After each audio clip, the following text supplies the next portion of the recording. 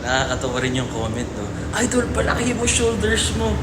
Maraming salamat, tinignan ko profile mo. Mukhang di ka naman nag-workout. Di ako nagpapalaki or anything. Gusto ko lang fit.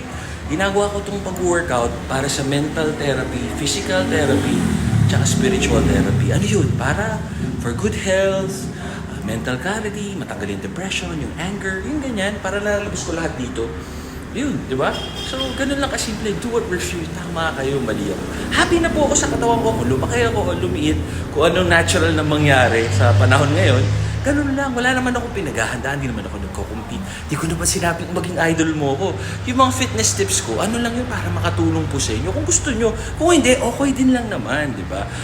Gusto ko lang sana hindi nyo magawa yung mga pagkakamaling nagawa ko. Pero minsan, matigas ang ulo natin. Kailangan natin magawa yung pagkakamali niyo at para matuto. Parang bata, pag sinabi mo, hawakan yan.